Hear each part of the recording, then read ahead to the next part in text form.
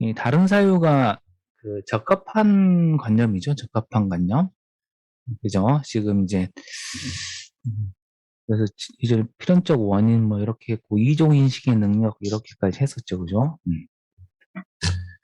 그래서 감정이나 이런 게 전반적으로 보면 일종 인식이니까 그죠? 일종 인식을 다 이종 인식으로 연결하는 지금 작업을 하고 있는 거죠. 조금 더 볼게요. 이제 정리 3. 수동적인 감정은 우리가 잠깐만 그것에 대해서 네. 명석 판명한 관념을 형성하는 순간 더 이상 수동적이지 않다.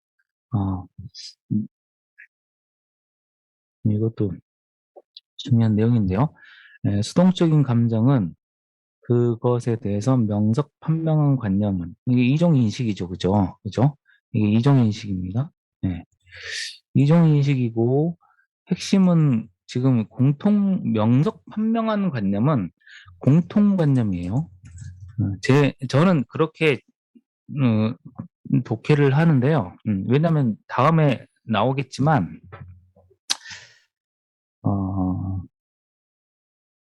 더 이상 수동적이지 않게 된다 이렇게 되어 있습니다. 수동적인 관념은 명석 판명한 관념을 형성하면 수동적이지 않다. 네, 이건 이해 가시죠, 그죠? 그죠? 명석 판명한 관념을 갖게 되면 능동으로 전환되잖아요, 그죠? 우리가 그 관념에 대해서 음, 네. 지금 하고 있는 게 지금 뭐냐면 무엇이죠? 우리가 지금 하고 있는 작업이 감정에 대해서 인식이 미칠 수 있는 영향력이죠. 그죠? 그러니까 우리가 우리가 지난 시간에 그 오부 서론에서 다뤘는데 그때 무엇을 부정했었냐면 데카르트의 논의를 부정했었는데 데카르트는 의지가 송과선을 작동시켜서 건드려서 우리의 저 감정을 조절할 수 있다 이런 내용이었잖아요. 그러니까 감정을 직접적으로 컨트롤할 수가 있다. 금욕주의자처럼. 이 논의를 부정하는 거잖아요. 우리는 감정을 직접 컨트롤할 수는 없고 방법은 이종인식이나 삼종인식에 도달하는 건데 네, 그런 방법으로만 감정을 간접적으로 컨트롤할 수 있다는 거잖아요. 그죠? 그죠? 그러니까 지금 이 방법이 나와 있는 거죠. 그러니까 감정에 종속되어 있는 우리가 어떻게 해서 능동으로 바뀔 것이냐. 그러면 공통관념을 형성하는 수밖에 없다. 이러는 것이죠, 지금. 네. 네. 그래서, 네, 네, 지금, 하여튼, 이제 보겠습니다. 수동적인 감정은 혼란스러운 관념이잖아요. 그 수동적인 관념은, 이게 수동이고, 그죠? 수동의 핵심은 혼란스러운 관념이에요. 부적합한 관념이고, 어, 이게 그 혼란스러운 관념이 뭐죠? 혼란스러운 관념이 우리가 예전에 했었지만 다 잊어먹잖아요, 당연히 그죠? 잊어먹으니까 혼란스러운 관념이고 이게 잘려진 음, 관념이죠. 수동적인 관념은 혼란스러운 관념이고 잘려진 관념이고 그러니까 이게 무슨 말이냐면 변형이 일어나려면 나와 타자가 있어야 되잖아요. 타자의 영향을 받는 게 변형이잖아요, 그죠? 그죠? 그러니까 타자라는 원인을 갖는 것인데 혼란스러운 관념은 뭐죠? 타자가 끼친 영향이 나에게 있는데도 불구하고 타자를 생각지 않고 나에게 들어와 있는 타자의 영향만을 생각하는 거예요. 타자는 생각지 않고 그죠? 우리가 그 대표적인 예가 뭐죠? 변형은 아니지만 동전만한 태양이 대표적인 예죠. 내가 태양을 동전만하게 생각하는 건 뭐죠? 타자가 끼친 영향력만 생각하는 거죠. 내 신체에 가해진 영향만 생각하는 거니까 그게 어떤 거 잘려진 관념이고 혼란스러운 관념이죠. 그죠? 그래서 우리가 타자를 생각할 수만 있다면 혼란스러운 관념에서 벗어날 수가 있는 거잖아요. 그죠? 응, 응. 네, 내 신체에 즉한 관념을 우리가 그때 부적합한 관념이고 그런 식으로 정의를 했었잖아요. 그죠? 그러므로 만일 우리가 그 감정에 대해서 명석판명한 관념을 형성하면 명석판명한 관념 이걸 저는 그냥 좀 단호하게 공통관념이라고 생각하는데요. 그러니까 그냥 이성적인 관념이 아니라 그 감정에 대해서 공통관념을 형성하라 이렇게 돼 있는 거거든요. 지금. 예. 그러니까 지금 하여튼 여기 이것 때문에 우리가 옛날에 보았던 있죠. 그 예전에 제가 한번 말씀드렸는데 사부 정리 사부 정리 잠깐만 적어 볼게요. 제가 그때 되게 중요하다고 해서 몇 번 반복했었는데 사부 정리 29 사부 정리 29는 뭐라고 되어 있냐면요. 공통점이 없으면 선도 악도 아니다고. 그다음에 30은 공통성으로 인해서 악이 될 수 없고 악이 되는 경우 대립된다. 이렇게 이야기했고 31에서 본성과 일치하는 한 선이다. 이렇게 이야기했었거든요. 이게 이제 제가 사부에서는 이게 관건이 아닐까. 그래서 몇 번 반복을 했던 기억이 나는데, 그죠? 그러니까 잘 보면, 이것을 잘 보면 공통성이 있어야지 선도 되고 악도 되는 거잖아요. 그러니까 우리에게, 근데 두 번째 보면 공통성으로 인해서는 악이 될 수가 없잖아요. 이게 되게 재밌어요. 공통성이 있어야만 선도 되고 악도 되는데 분명히 근데 공통성으로 인해서는 악이 될 수는 없잖아요. 이렇게 돼 있는 거잖아요. 이걸 지금 연결해서 해석하는 게 지금 관건이죠. 그리고 본성과 일치하는 한이 이게 뭐죠? 본성과 일치한다는 게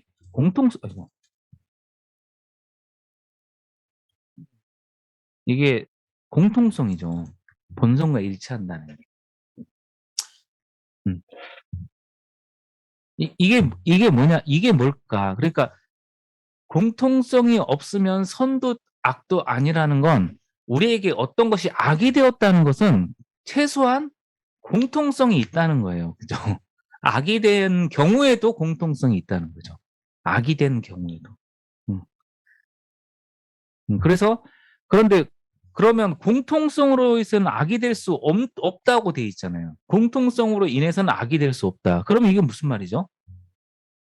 공통성이 있어야 악이 되는 건데 우리가 공통성을 아직 찾지를 못했다는 뜻이죠. 이렇게 받아들여야 된다고 저는 보는 거예요. 네. 이게 이해 가십니까? 그러면 31이 이해되는 거예요.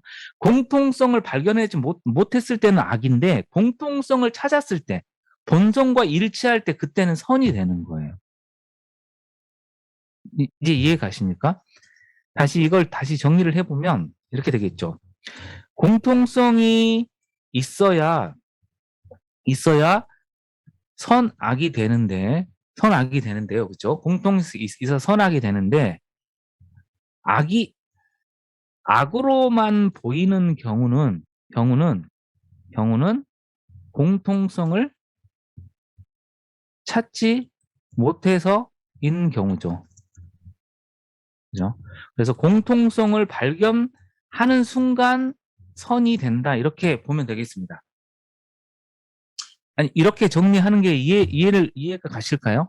그러니까 지금 그래서 공통성이 관건인데 공통성을 제가 보기에는 스피노자는 공통성을 저 바깥에 있는 걸로 보는 게 아니라 내가 지금 변용을 하고 있잖아요.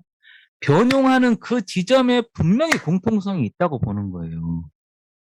변용하는 그 지점에. 그러니까 다른 말로 하면 내가 악을 경험하는 순간에도 거기에도 아마도 공통성이 있을 것이다. 스피노자는 이렇게 보는 거죠, 지금. 이해 가죠? 공통성이 따로 있는 게 아니라 내가 악을 경험하는 그 경우에도 내가 찾지는 못했지만 찾게 된다면 공통성이 있을 것이다. 이해 가시죠? 그죠? 그러니까, 뭐, 제가 이 책에서 예전에 쓴 책에서 잘 들고 있는 예는 이런 거죠. 그러니까 나와 독사의 마주침을 생각을 해보면, 독사의 마주침을 생각해보면, 독사에게 물렸잖아요. 물렸을 때 내가 그것을 그러니까 슬픔과 증오로 경험하는 경우는, 이때는 뭐죠? 이때는 독사하고 나하고 대립하는 경우예요. 그죠? 독사가 내 신체를 죽이는 경우잖아요. 대립하는 경우인데, 이때는 내가 뭘 찾지 못했냐면, 일치하는 지점을 못 찾은 거야, 아직. 그런데 우리가 독사에게 물리더라도 일치하는 지점을 찾아내면 악이 선으로 전환되는 지점은 있다는 거예요. 악에서 선으로 전환되는 그 지점에서 우리는 일치하는 지점으로 간다는 거예요. 이해 가시죠? 그러니까 이때는 우리가 뭔가를 찾아낸 지점이잖아요. 그러니까 우리가 대립하는 지점에서 일치하는 지점으로 갈 때, 대립하는 지점에서 일치하는 지점으로 갈 때잖아요. 그죠? 그러니까 대립하는 지점에서 일치하는 지점으로 이행하는 순간이 뭐죠? 순간이 공통성을 발견한 순간이라는 거예요. 이해가 가십니까? 이때 독사하고 나의 공통점이 뭐죠? 그 공통성이 바로 연장 수준은 있겠죠, 최소한. 독사하고 나는 같은 생물이구나. 그리고 먹고 살려다 보니 이렇게 된 거구나. 아니면 살려고 하다 보니 독사가 나를 문거르구나. 내가 조심을 했어야 되는데. 뭐 이렇게 생각할 수가 있잖아요. 그죠? 그래서 이걸 다시 연결을 지어보면요. 우리가 계속 연결을 지을 수가 있는데, 그게 뭐였죠? 우리가, 어, 뭐, 그러니까 책을 갖고 있는 분들은 2부 정리 29 주석을 보면은, 우리 2부 정리 29 주석을 제가 간단히 적어보면요. 2부 정리 29의 주석을 보면 어떻게 돼 있냐면은, 자연의 질서로 사물을 인식하면, 이게 외부로부터인데요. 그러면 우리는 자연의 질서로 사물을 인식하면 우리는 혼란스러운 인식을 갖게 되고, 그 다음에 내부로부터 결정되면, 즉 사물의 일, 즉 사물의 일치, 차이와 반대를 인식하면 명석하게 관찰한다. 이렇게 돼 있어요. 자연의 질서가 뭐죠? 자연의 질서가 우리가 독사하고 우연적으로 마주치는 이 질서예요. 외부의 사물과 마주칠 수밖에 없잖아요. 자연의 질서는. 내부로부터 결정된다는 건 뭐냐면, 내가 마주쳤는데 그때 차이와 반대를 인식하고 사물의 일치를 인식하는 순간이에요. 내가 독사와 내가 반대되는구나. 그런데 일치하는 지점을 내가 인식하면 그게 내부로부터 결정하는 거예요. 이건 뭐죠? 자연의 질서 속에서 내가 나의 삶을 다 인식하고 있는 거, 이제. 이해 가시죠? 그때 명석하게 관찰한다는 것이 적합한 관념인데, 이때 2부에서 이렇게 말을 했는데, 이것이 이 5부에서 의미를 가질 수 있는 거죠. 다. 그러니까 4부에 아까 말했던 공통성의 부분, 2부에서 외부로부터 결정되는 인식과 내부로부터 결정되는 인식, 이것들이 지금 5부에서 이렇게 결합되는 거예요. 스피노자가 직접적으로 지적하고 있는 건 아니지만, 네, 이해 가시죠? 그러니까 공통성이라는 것은 우리의 경험과 따로 있는 게 아니라 우리가 경험하는 그 모든 지점에 있는 건데, 그 모든 지점에서 우리가 그 공통성을 찾지 못하면 우리는 거기서 악을 늘 찾게 된다는 거죠. 이해 가시죠? 그러니까 공통성이라고 하는 게 뭐냐면 나하고 너와의 공통성이잖아요. 너와의 공통성.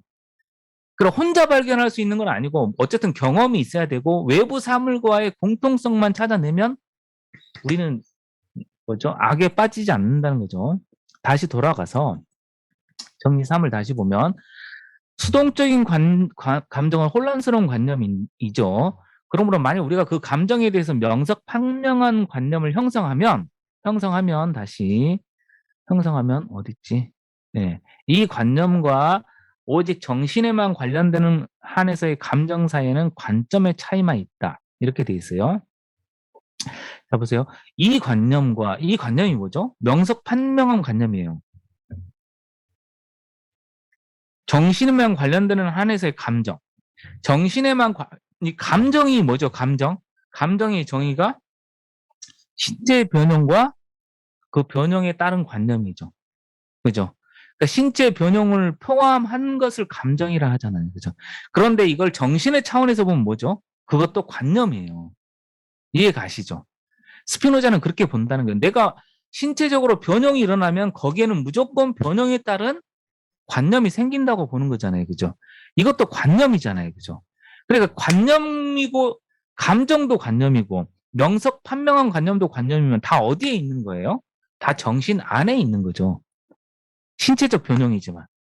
이해 가시죠? 그러니까는 관점의 차이만 있을 뿐이라는 것은 둘 다 동일한 관념이라는 거예요. 그러면 부적합한 관념에 대해서 내가 명석한 관념을 형성하면 부적합한 관념을 명석한 관념이 배제하게 되는 거죠. 이해 가시죠?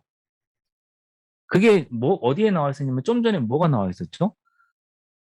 좀 전에 이 정리 2를 보면 감정을 외적 원인의 사유에서 분리시켜서 다른 사유와 결합시킬 수가 있잖아요. 그죠? 이렇게 생각할 수도 있고 우리 옛날에 그 바울과 베드로 인식할 때 베드로가 살아있다고 생각하는 그 관념을 바로 없앨 수는 없고 죽어있다는 다른 관념이 그 관념과 경합을 해야 되잖아요. 그죠? 그렇게 할 수도 있고 어쨌든 둘 다 관념이에요. 어쨌든 그래서 이걸 2부 정리 21을 하고 연결시켰잖아요. 스피노자가 2부 정리 21과 주석에서 연결되어 있었는데 이게 무슨 말이었냐면 이때 그게 무슨 내용이었냐면 신체와 정신은 합일되어 있고 정신의 관념은 그러니까 정신에 대한 관념은 정신과 합일되어 있다고 그랬어요.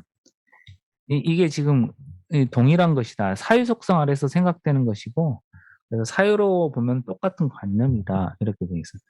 정신의 관념이 뭐죠? 정신의 관념은 우리가 그때 관념의 관념이라고 그랬거든요. 내 관념이 생겼다. 거기에 대해서 다른 관념을 형성하면 뭐죠? 그게 관념의 관념이죠. 그런데 둘 다 어디에 있어야 되죠? 정신 안에 있어야 되죠. 왜냐하면 둘 다 사유 속성이니까. 이해 가시죠? 그죠? 신체하고 정신은 속성이 다르죠. 그런데 우리의 정신은 뭘 비추는 거죠? 늘 신체를 비추는 거죠. 그런데 이 두 개는 어떻게 돼 있죠? 하나로 결합돼 있죠. 신체하고 정신은 하나로 결합돼 있는데 둘 다 어떤 거죠? 사실은 동일한 것이에요. 동일한 것인데 관점만 다르죠. 연장 수준에서 보면 신체로 보이고 사유 수준에서 보이면 정신으로 보이고. 그런데 둘 다 같은 거죠.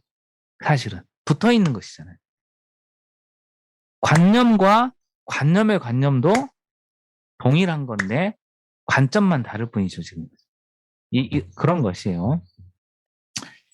그러므로 감정은 더 이상 수동적이지 않게 된다. 그러므로 보통 우리들에게 감정이 더 잘 알려지면 알려질수록 감정은 우리의 힘 안에 있고 정신은 그만큼 감정의 작용을 적게 받는다. 감정이 더 잘 알려진다는 것은 우리가 그걸 적합한 관념을 형성한다는 뜻이고 우리의 능력 안에 있게 되고 우리 지배력 안에 있게 된다는 거죠. 우리의 힘은 지배력이겠죠. 여기서는. 그죠?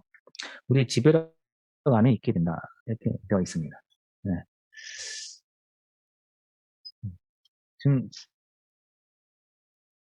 지금 정리 3은 지금 수동에서 능동으로 전환하는 방법이 지금 나와 있었던 겁니다. 그죠? 간단히 정리하면 수동에서 능동으로 전환하는 방법. 지금 에티카는 뭐냐? 에티카의 핵심이 뭐냐? 무슨 이야기를 하려고 하는 거냐? 그러면 이거예요. 어떻게 수동에서 능동으로 전환하는 삶을 살 것인가? 그러니까 수동이라는 게 정념이죠. 정념에 예속된 삶에서 부적합한 관념에 지배되는 삶에서 능동적인 삶으로 전환할 것인가. 그죠? 능동적인 삶이, 여기 다 아시겠네. 그죠? 고쿠본 선생님 책 읽어가지고. 그죠? 나의 본성에서 비롯되는 행위를 할 수 있는 것이잖아요. 그죠? 나의 본성에서 비롯된 행위라는 게 뭐죠? 내 본성에 비롯된 행위로 가더라도 우리는 수동적인 삶을 살 수도 있잖아요. 내가 누군가의 칼에 찔려서 내가 증오를 하면 이 증오도 나의 코나투스의 발현이잖아요. 그죠? 그런데 순전히, 그러니까 이때 공통성의 부분만은 내 본성과 타자의 본성의 공통성을 표현할 수가 있잖아요. 그죠? 이 부분만은 능동인 거죠. 그러니까 내가 수동적인 부분이 많더라도 공통성의 부분만은 능동이다라고 저는 봐요. 그러니까 이해 가시죠? 그러니까 완벽하게 능동으로 전환은 하지 못해도 수동으로 변형을 하고 있는데 그 부분에 상당한 부분이 공통성이라면 그 부분은 능동의 비율이 있는 것이죠. 이렇게. 네, 뭐 그렇게 봅니다. 자, 정리 4를 보겠습니다. 우리가 어떤 명석 판명한 관념도 형성할 수 없는 신체적 변형은 없다. 이건 되게 결정적인 명제인데 어떤 변형이든 간에 우리는 공통 개념을 형성할 수 있다. 지금 명석 판명한 관념을 제가 뭐라고 규정했냐면 공통관념이라고 했죠. 이종인식. 그냥 명석 판명한 관념이 그냥 이성적 관념 아닐까요? 그런데 저는 더 좁혀서 공통관념이라고 생각하는 이유가 증명에 나와 있어요. 모든 것에 공통된 것은 타당하게 파악할 수밖에 없다고 돼 있어요. 이게 지금 제가 보기에는 관건이에요. 지금 앞에서 말했던 명석 판명한 관념은 공통된 것이에요. 공통된 것. 그러니까 제가 이 스피노자의 변형이라는 걸 혼자만의 변형이 아니라고 생각하는 이유가 바로 이런 거예요. 물론 변형을 혼자 하지만 어쨌든 간에 타자와의 공통성을 찾는 게 핵심이에요. 이게.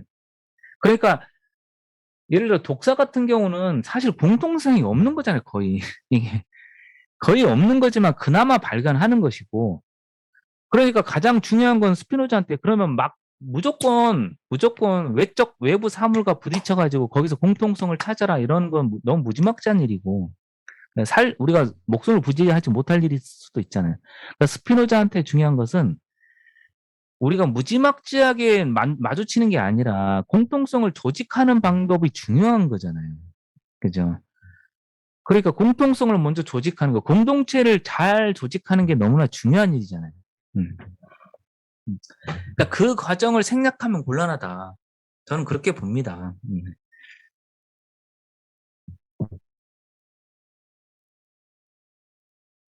분명한 개념도 형성할 수 없는 신체적 변형은 없다. 이렇게 되어 있습니다. 네. 그러니까 지금 요 부분을 보면 우리가 변형을 할 때 명석 판명한 관념을 형성하는 그 지점부터 우리는 능동의 지점이 커지는 지점인 거죠. 물론 수동이 있더라도 저는 그렇게 생각합니다. 바로 능동으로 전환할 수 있는 건 아니고 그게 가능할까요? 그런데 우리는 수동에 막 쌓여 있지만 거기서 공통성을 조금씩 찾아가면서 그 지점에서 능동의 지점이 조금씩 증가하는 그런 경험을 우리는 하지 않나요? 그러니까 우리가 타인과 만났을 때 너무나 힘든데 어느 지점에서 내가 공통 지점을 막 찾아내면서 조금씩 그 타인과의 그 불화의 지점이 조금씩 줄어드는 그런 경험을 하지 않나요? 아, 우리 이래서 이랬구나. 이렇게 하면서 어느 순간 수동의 감정들이 조금씩 능동으로 이렇게 물들어가는 느낌이 우리가 그런 게 있잖아요. 네. 자, 보충. 우리들이 어떤 명석 판명한 개념도 형성할 수 없는 감정은 없다. 왜냐하면 감정은 신체의 변형이고 따라서 그 안에는 명석한 개념이 반드시 포함되어 있기 때문에 이 되게 중요한 말을 스피노자가 막 반드시 막 이런 말을 쓴다는 건 되게 중요하다는 뜻이죠. 이게 반드시 있다.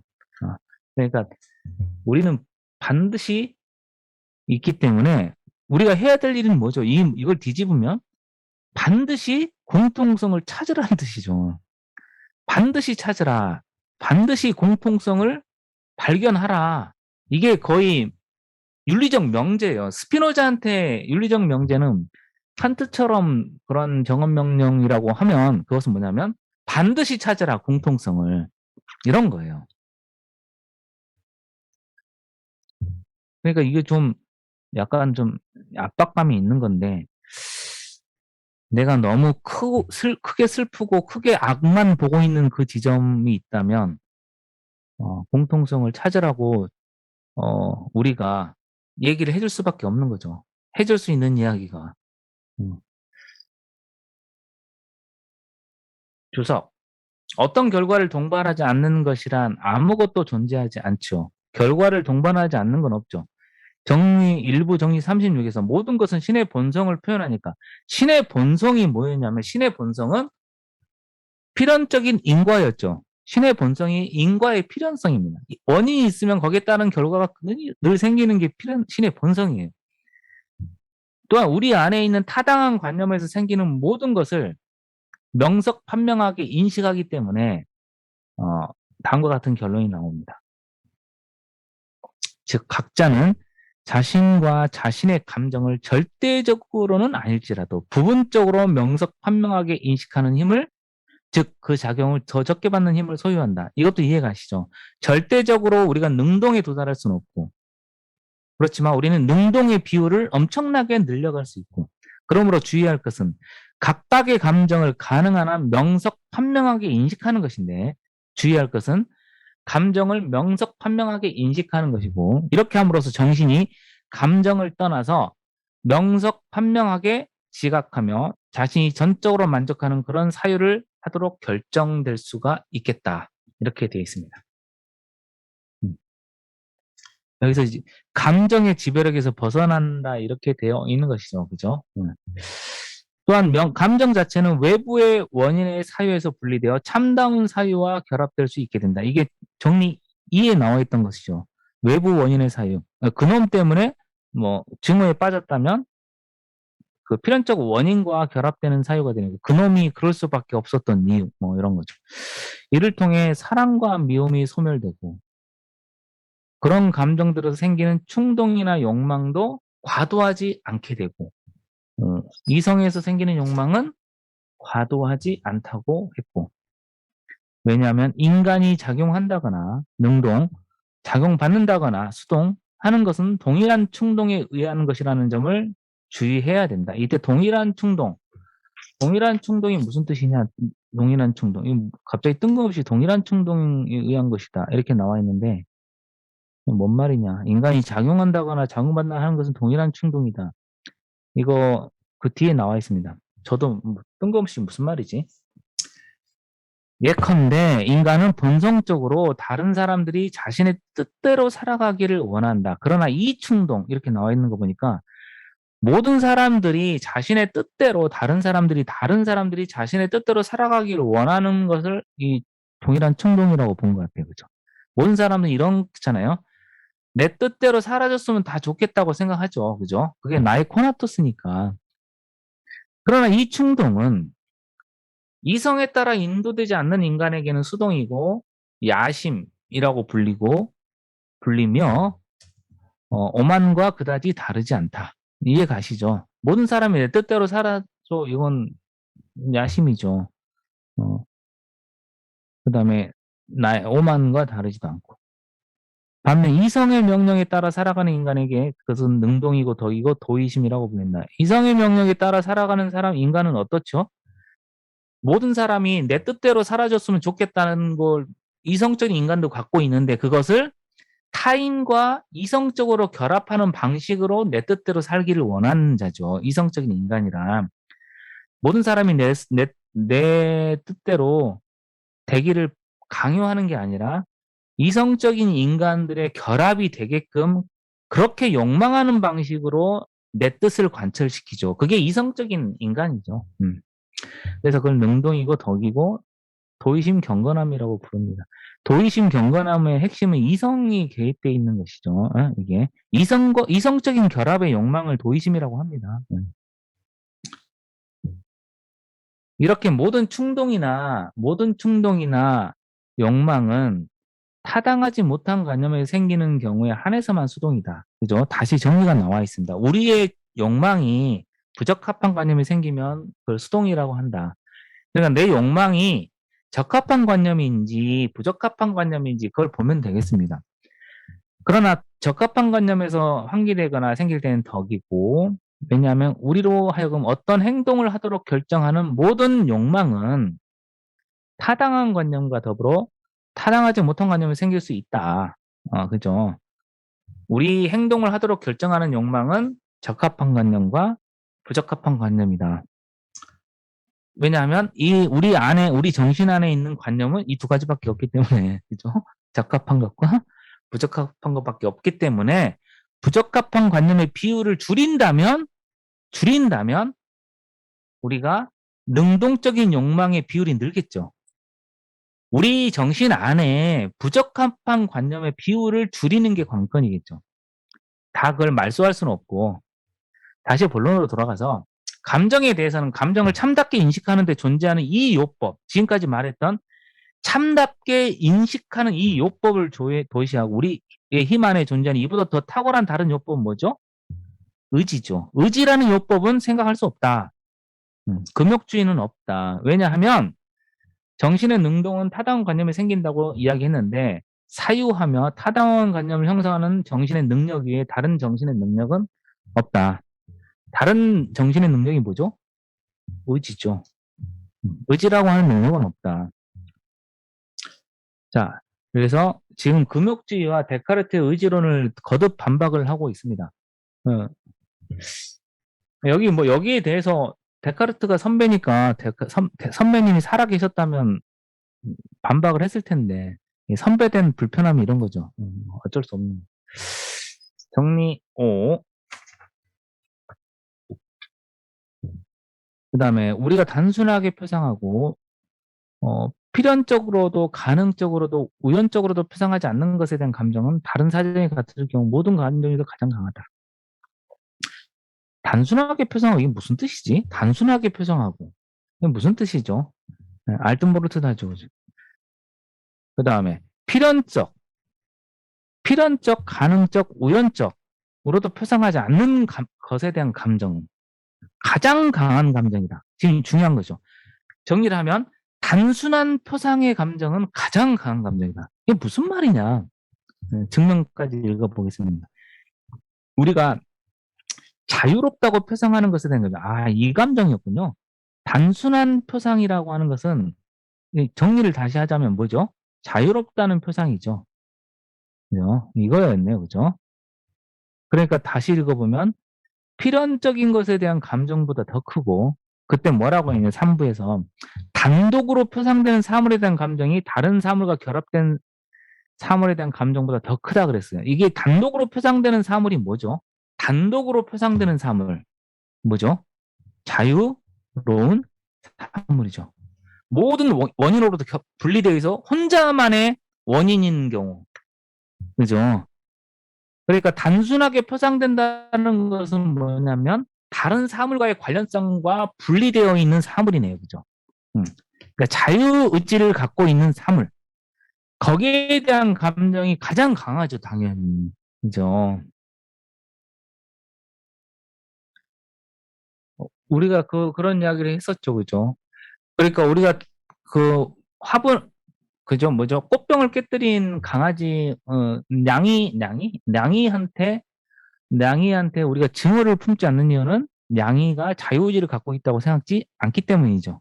그죠?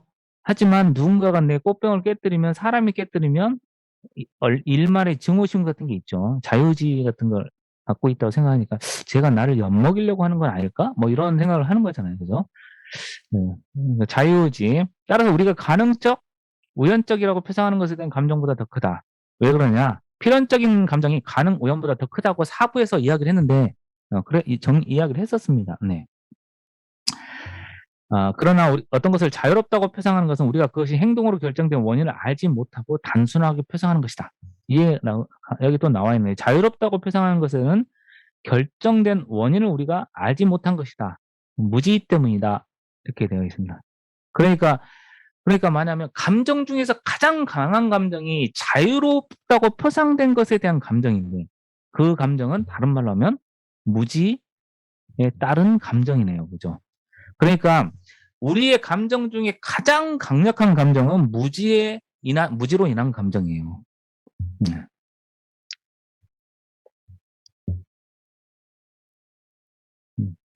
그래서 내 감정이 너무 격렬할 때는 우리는 공부를 했으니까 내가 감정이 너무 걷잡을 수 없을 때는 그나마 유일한 처방은 지금 이 감정은 대부분 무지 때문이다라고 생각을 해야 되는 거예요.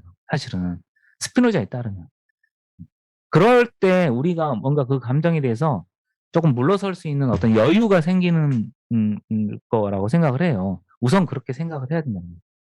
그러니까 그런데 너무 감정에 사로잡히면 우리는 그게 맞다고 생각해서 사로잡히는 경우가 많은데 빠른 처방은 이건 무지다. 내가 어떤 큰 무지 속에 있는 것이야. 이렇게 생각해야 된다는 거예요. 지금 자유지에 따른 감정을 지금 계속 이야기를 하고 있네요. 그죠? 정리 6. 정신은 모든 것을 필연적으로 이긴 것으로 인식하는 한에서 감정에 대해 더 큰 힘을 가지고 감정의 작용을 덜 받게 된다. 모든 것을 필연적인 것으로 인식하는 것. 이것이 정신이 할 수 있는 일이죠. 정신은 필연적인 것으로 인식하는 것이죠, 원래. 그죠? 왜냐하면 모든 사물은 뭐죠? 필연적으로 인식하는데 모든 사물은 뭐죠? 모든 사물은 필연적이죠. 왜냐하면 모든 사물은 어디서 나왔죠? 신에게서 비롯됐죠. 신은 뭐죠? 신은 본성의 필연성에 따라서만, 즉 자유의지가 없다는 거죠. 신에게는 자유가 없습니다. 신 안에 자유의지가 없기 때문에 우리가 인식한다는 것은 뭐냐면 그 필연성을 인식할 수밖에 없는 거예요. 우리의 참된 인식은 그래서 필연성에 대한 인식이죠. 그러면 감정에 대해서 더 큰 힘을 가지거나 감정의 작용을 덜 받는데, 왜냐하면 감정이라고 하는 것은 부적합한 관념이고 부적합한 관념은 필연성에 대한 파악에 도달하지 못한 것이에요. 다른 말로 하면 신의 본성의 필연성을 아직 인식하지 못한 것이 감정이에요. 증명. 정신은 모든 것을 필연적인 것이라고 인식하며 일부 정리 29 다시 복습을 해보겠습니다. 일부 정리 29에서 우리는 이런 이야기를 했었습니다. 사물의 본성에는 우연적인 것이 없고 모두 신적인 본성의 필연성에 의해서 결정된다. 이렇게 이야기를 했습니다. 그죠? 모든 것을 필연적인 것이라고 인식하고 모든 것이 원인의 무한연세에 의해 존재하고 작용하도록 결정되어 있다는 것을 인식한다. 모든 원인이 분명히 존재한다. 이렇게. 그러므로 오후 정리 5에 의해서 그런 안에서 정신은 사물에 생기는 감정의 작용을 덜 받게끔 좀 전에 했던 5 그리고 3부 정리 48 다른 원인의 관념과 결합시키면 사랑이나 증오는 사라진다. 그런 감정에서 덜 자극받게 할 수가 있겠다. 뭐 이런 겁니다. 주석에서 중요한 이야기를 하고 있습니다. 말하자면 사물을 필연적인 것이라고 하는 이 인식이 필연성에 대한 이 인식이 우리가 더 명백하게 그리고 한층 더 생생하게 표상하는 사물에 확장되면 될수록 감정에 대한 정신의 힘은 더 크고 이는 경험적으로 증명되는데 이게 되게 중요한 예를 이야기하고 있습니다. 왜냐하면 상실된 선에 대한 슬픔, 상실되어 버린 선에 대한 슬픔은 상실된 선 이게 뭔지 아시겠죠? 내가 너무나 중요하게 생각하는 그 선이 있는데 그 선을 잃어버렸을 때 그때 슬픔이 있을 거 아닙니까? 그 슬픔은 그 선을 잃은 사람이 어떤 식으로도 그 선을 보존할 수 없다고 생각하는 순간 가벼워진다. 그러니까 어떤 경우에도 나는 보존할 수가 없었어. 그러니까 선의 상실이 무슨 뜻이죠? 선의 상실이 필연이었다라고 생각하게 되는 순간 가벼워진다. 이런 것이죠. 이 상실된 선을 예를 들어서 국가라고 해보죠. 우리는 그런 경험이 있으니까. 뭐 일제시대 때 국가를 잃었다고 하면 너무 만국의 뭐 통한 같은 게 있을 텐데, 그런데 우리가 그것을 아무리 생각해봐도 우리는 잃을 수밖에 없었구나 할 때 그 슬픔이 가벼워진다는 거죠. 이때 우리는 무슨 일을 하게 되죠? 아, 결국 우리는 국가를 잃을 수밖에 없어서 이러 해서, 그러면 무슨 일을 하게 되냐면 우리는 다음부터는 잃지 않게 해서 이러이러한 일을 해야 돼. 지금부터 내가 할 일이 생기는 거잖아요. 안 그렇습니까? 지금부터 나는 세계를 인식하는 후학을 양성한다든지, 그죠? 뭐 일본과 이렇게 싸운다든지, 그러니까 슬픔 속에 잠겨 있지 않고 뭔가 그 다음 스텝을 밟을 수 있는 어떤 삶의 어떤 이런 게 생기잖아요. 그렇다는 거죠. 그러니까 그 필연성에 대한 인식이라고 하는 것은 우리로 하여금 그 슬픔의 감정 속에서 온통 그 뭐 가라앉아 있지 않게 한다. 그와 마찬가지로 어린아이가 말하고 걷고 추리하는 일을 하지 못하고, 어린아이는 말하고 걷고 추리하는 일을 못하죠. 그죠? 추리를 하면 어린아이는 엉뚱하게 하잖아요. 그죠?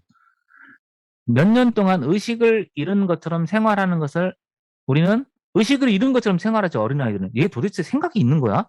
이 바보 같은 거 아니야? 이렇게 생각할 때 많잖아요. 아무도 측은해하지 않잖아요.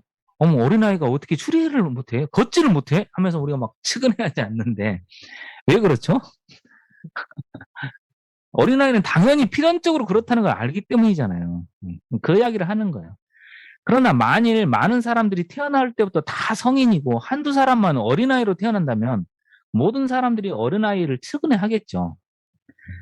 왜냐하면 이 경우 사람들은 어린아이 자체를 자연적으로 필연적으로 보지 않고 과오나 잘못으로 보기 때문이다. 애한테 뭐 잘못이 있나 봐. 왜 성인으로 태어나지 못했지? 어머, 너무 슬퍼. 막 이렇게 되겠죠. 그러니까 필연적인 것을 안 보이니까. 지금 두 가지 예가 나와 있습니다. 우리가 이런 예를 응용해서, 아니, 다른 사람들한테 그 예를 들 수 있겠죠. 우리가 큰 슬픔에 빠져 있을 때는 무엇이다면 필연성을 인식하지 못해서다. 그 두 가지 예를 지금 들면 되겠습니다. 필연성, 예를 들어 어린아이의 경우라든지 상실된 선이라든지 이런 예를 들면서 설명하면 되겠습니다. 스피노자가 예를 들어준 건 그래서 뭐 우리한테 굉장히 큰 도움이 되라 하는 거죠. 예를 잘 안 들잖아요. 정리 7. 이성에서 생기거나 이성에서 환기되는 감정은 시간과 관련해서 본다면 존재하지 않는다고 생각하는 개체에 대한 감정보다 더 강하다. 다시, 이성적인 감정은, 간단히 줄여서 이성적인 감정은 시간과 관련, 시간상에서 보면 존재하지 않는다고 생각하는 개체, 존재하지 않는 개체에 대한 감정보다 강하다. 이성적인 감정은 존재하지 않는 개체에 대한 감정보다 더 강하다. 이렇게 되어 있습니다. 자, 우리가 어떤 사물을 존재하지 않는다고 고찰하는 것. 존재하지 않아. 이런 것은 무엇이죠? 존재하지 않아. 존재하지 않는다고 생각하는 거예요. 존재하지 않아. 우리로 하여금 그것을 표상하게 하는 자극이 아니라, 왜냐하면 존재하지 않는 것은 자극을 줄 수가 없잖아요. 존재하지 않는 건 자극을 줄 수가 없어요. 그 사물의 존재를 배제하는 다른 자극 때문이잖아요. 그죠? 이게 바울과 베드로 이야기 아닙니까? 아니, 바울과 베드로 이야기 아닙니까? 지금 바울, 베드로죠. 베드로는 살아 있지 않아. 이것은 아니지. 그 존재를 배제하는 다른 자극이 뭐냐면 베드로의 죽음이라는 관념이죠. 그죠? 이 관념이 있어야만 베드로는 죽었다라고 내가 생각하는 거잖아요. 그죠? 그렇지 않는 한은 계속 살아있다고 생각하잖아요. 따라서 우리가 부재하는 것으로 고찰하는 것에 대한 감정은, 부재하는 것으로 고찰하는 것에 대한 감정은 본성적으로 인간의 다른 활동과 능력을 능가하는 것이 아니고 반대로 외적 원인의 존재를 배제하는 자극들에서 특정한 방식으로 억제될 수가 있습니다. 그러니까 지금 뭐냐면 그 관념을 배제하는 다른 외적 관념이 생기면 그 관념은 사라질 수도 있다. 이런 거잖아요. 그죠? 그러니까 음, 내가 예, 그런 유니콘이든 뭐든 간에, 유니콘이든, 그런 것들은, 어, 내가 타고나면서부터 생각하는 그런 관념은 아니고, 그죠? 그러면 이성에 생기는 감정은 필연적으로 공통성에 근거하잖아요. 이 공통성이라고 자꾸 나오잖아요. 지금. 이성에 생기는 감정이라고 하는 건 공통성에서 나오는 거예요. 이 공통성은 뭐죠? 우리가, 뭐죠, 공통성? 가장 대표적으로 공통성은, 연장? 이런 거죠, 그죠? 운동과 정지? 최소한, 운동과 정지? 이런 것들. 이런 것들은 뭐죠? 연장과 운동과 정지. 운동과 정지는 그 자체로는 연장 속성은 아니고 연장 속성에 있는 무한한 양태 중에 하나죠. 무한한 양태. 이런 것들은 공통성이잖아요. 이런 것들은 절대 사라지지 않는 거죠. 이 공통성 성질을 우리는 항상 현존하는 걸로 생각하죠. 왜냐하면 그 현재적 존재를 배제하는 아무것도 있을 수가 없어요. 왜냐하면 그것들은 신의 속성이 한 부분이니까 절대 사라질 수가 없는 거예요. 이 공통성이라는 부분은. 그러니까 너에게도 있고 나에게도 있는 그 부분은 절대 사라지지 않는 거예요. 또한 우리는 이것을 언제나 똑같은 방식으로 표상하게 돼 있어요. 이게 뭐죠? 항구성이죠. 늘 항존하고 항상 현존하로 생각하는 거, 이건 뭐죠? 항존성이죠. 그죠? 늘 존재하고 그다음에 늘 똑같이 유지하고, 이런 감정은 언제나 동일한 것으로 남죠. 그래서 이성적 욕망은 우리가 앞에서 지나치지 않고 항구성을 갖는다, 이렇게 이야기했었어요, 앞에서. 따라서 그것에 반대되고 자신의 외적 원인에 의해서 지탱되지 못하는 감정은 그것에 순응하여 그것과 대립하는 데까지 나아갈 수밖에 없고, 그러나 해서 이성이 생기는 감정이 강하다, 이렇게 돼 있는데, 그것과 되지 않는 데까지 나아갈 수밖에 없다. 그러니까 뭐냐면 이성적인 감정이 있고, 지금 이렇게 불규칙적인 감정이 두 가지가 이렇게 대립되면 어떻게 될까요? 결국은 이성적인 욕망이 항구적이기 때문에 그것과 대립되는 감정은 점점점 줄어들 수밖에 없다는 거예요. 대립되는 지점까지 쭉 나아가면서 그 비이성적인 감정이 점점점 줄어들 수밖에 없는 거예요. 왜냐하면 이성적인 감정은 항구성을 갖고 있기 때문에. 이해 가시죠? 음. 그래서 이걸 보시면 여기에 오브 공리 일에 이렇게 나와 있었어. 오브 일에 공리 일에 주간 안에 대립되는 활동이 일어난다면 이렇게 점점점 어떤 것이 하나씩 이 대립이 중지될 때까지 계속 변화가 생기는 과정이 있다는 거예요. 그러니까 내 안에 이성적인 감정과 그것과 완전히 대립되는 감정이 있으면 이성적인 감정이 강하기 때문에 다른 감정은 점점점 줄어들게 돼 있다는 거예요. 그러니까 지금 이성적인 게 갖고 있는 효력을 잘 보여주고 있는 거예요. 지금 이게. 이해 가시죠?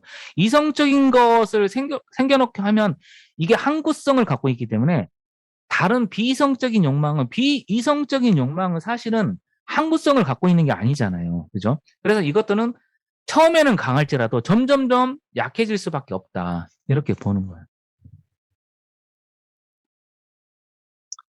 정리 8.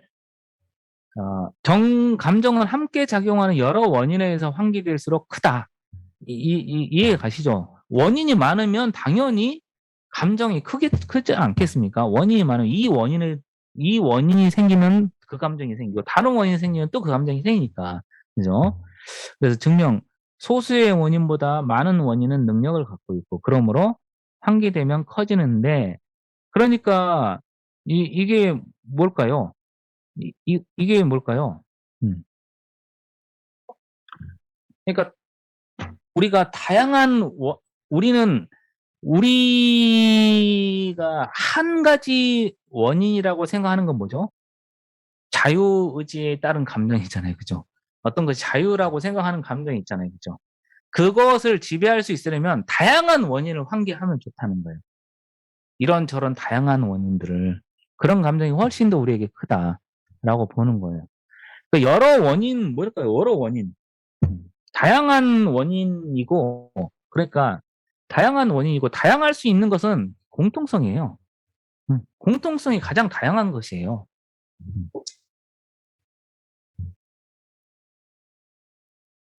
정리 9까지 하고 잠깐만 쉬도록 하겠습니다. 정신이 감정과 함께 고찰하는 다양한 원인에 관계되는 감정은 또 다양한 원인이 나왔군요. 그죠? 하나의 원인이나 소수의 원인에 관계하는 똑같이 강한 다른 감정보다 덜 해롭다. 이해 가시죠? 그냥 읽어보는 순간 알겠죠? 우리는 그 작용을 더 적게 받고 각각의 원인에 대해 자극을 덜 받게 된다. 뭐 이건 너무 당연한 것이죠. 감정은 정신으로 하여금 사유할 수 없게 방해하는 경우에는 악이죠. 이건 다시 외워둬도 좋겠습니다. 감정은 왜 악이냐면 정신은 뭐 하는 거죠? 사유하는 거잖아요. 그죠? 이걸 방해한다는 거잖아요. 그죠? 감정은 우리로 하여금 생각하지 못하게 한다는 거예요. 그러니까 이게 정말 가장 큰 악이에요. 우리 감정이 사로잡혔다는 것은 아까 말씀드렸지만 무지라고 그랬잖아요. 그 순간 우리가 무지라고 했잖아요. 그러니까 사유하지 못하게 되는 것이고. 그러므로 정신으로 하여금 동시에 많은 대상을 고찰하게끔 하는 감정은 당연히 많은 대상을 고찰하는 거니까 당연히 사유하는 능력을 많게 하는 거잖아요. 그러니까 정신에는 해가 적죠. 이것이 첫 번째 문제였고, 다음으로 정신의 본질, 즉 능력은 오로지 사유에만 존재하기 때문에 다시 또 외우면 되겠죠. 우리 정신의 능력은 뭐냐면 의지가 아니라 사유 능력이다. 정신은 단지 하나나 소수의 대상을 고찰하도록 자신을 구속하는 똑같이 강한 감정에 의해서보다는 많은 것을 동시에 고찰하도록 하는 감정에 의해서 더 적게 작용받는다. 이것이 두 번째 문제였다. 그죠? 그러므로 그런 감정은 많은 외적 원인에 관계되는 안에서 각각의 원인에 대해서도 역시 더 약하다. 이렇게 되어 있습니다. 네. 네, 지금 여기 저기 뭐죠? 다양한 감정, 다양한 원인에 대한 파악. 이게 정신의 능력의 확장이고 이렇게 되겠습니다. 지금. 그러니까 우리가 해야 될 일은 다양한 원인을 파악하는 것이죠. 다양한 원인. 가급적이면 많은 원인들을 파악해가는 과정. 이게 감정의 지배로부터 더 벗어나는 과정이죠. 바로 벗어나는 건 아니고, 그런 건 아니고, 그러니까 하나의 원인에 지배받는 그 감정이 있는데, 하나의 원인이라고 생각하는 감정이 있는데, 다양한 원인을 파악하면 이것도 관념이고, 하나의 감정에 지배받는 이것도 정신의 차원에서는 관념이잖아요. 이 관념의 비율보다 더 많은 비율을 관념을 만들어내면 이 영향력이 줄어드는 상쇄되는 효과들이 생기는 것이죠. 이해 가시죠? 그죠? 그러니까 저 원인에 따른 하나의 원인에 따른 관념을 사라지게 할 수는 없어요. 왜냐하면 그것도 생성된 것이니까. 신에게선 사라질 수 있는 건 없단 말이에요. 그죠? 어떤 관념도 양태니까 사라질 수는 없잖아요. 그죠? 신에게서는. 그러니까 그 관념을 상쇄시킬 수 있는 비율을 늘려가는 게 중요한 거죠. 우리한테는.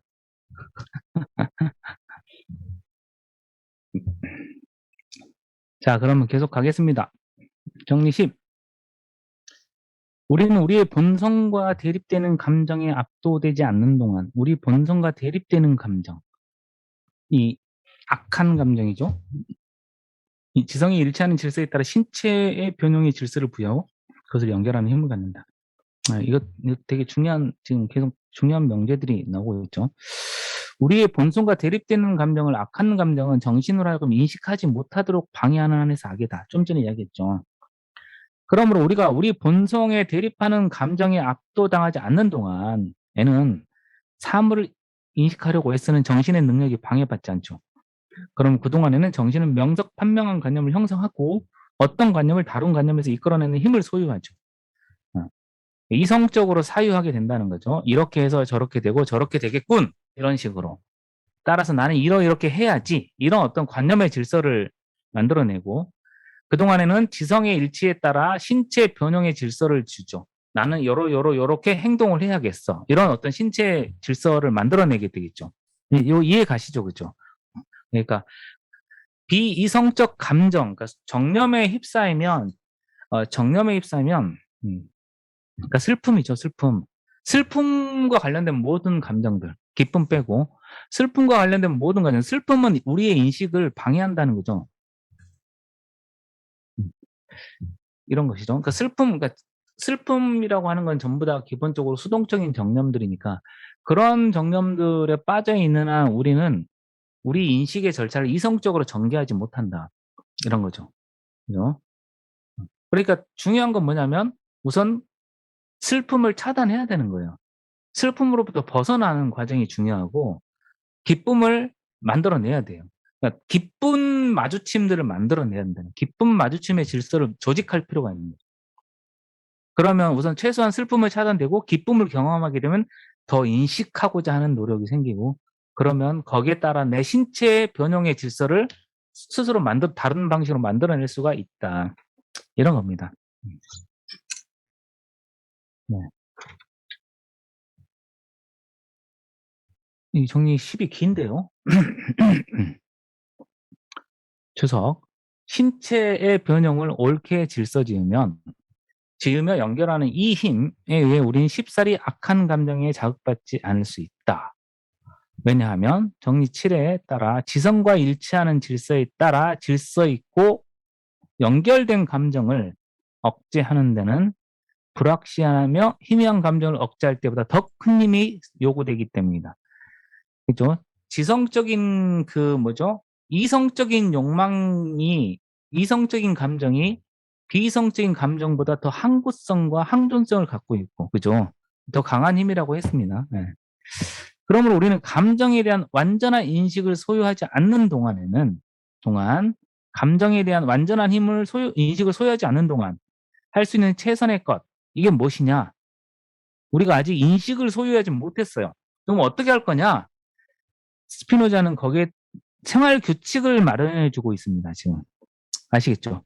우리처럼 그 보잘것없는 사람들을 위하여 내가 생활 규칙을 따로 마련해 줄 것이니 이것을 따르도록 하여라, 그동안.